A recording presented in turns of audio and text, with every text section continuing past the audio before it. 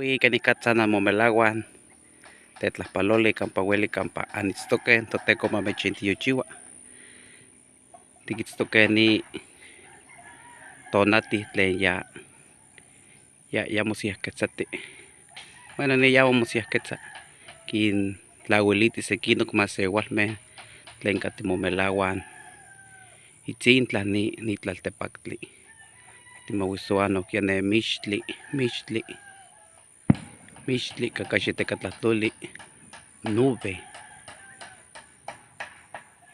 tlahyectzin nesiri tonati cacaxitecatlahtoli sol tunati sol mixtli nube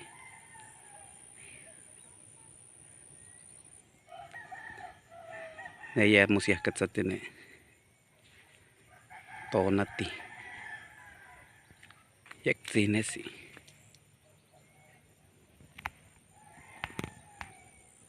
nepa campa tatieua quenicatza quilhuian tonati ca nahuatl ca tonahuatlahtol.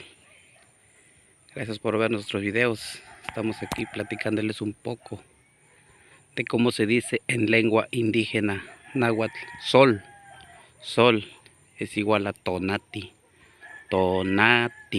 sol, nube, mixtli,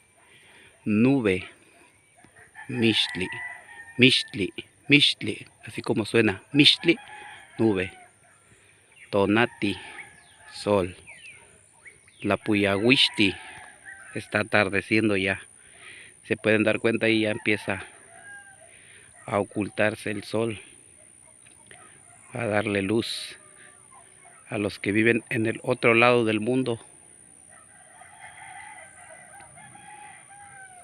Lindo atardecer desde mi pueblo, desde mi comunidad. Cuayo Buenavista, Axtla de Terrazas, San Luis Potosí, México. Recuerden, tonati, sol, mixtli, nube, tlapuyahuixti, está atardeciendo, miren. Y el canto de los gallos ahí en las viviendas. Con todo escuchen.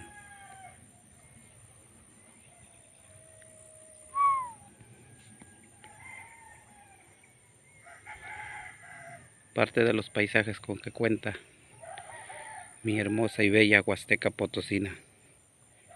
Siempre majestuosa por naturaleza, miren. Mixtli, nube, tonati, sol, tlapuyahuixti, está atardeciendo. Saludos cordiales, lluvia de bendiciones.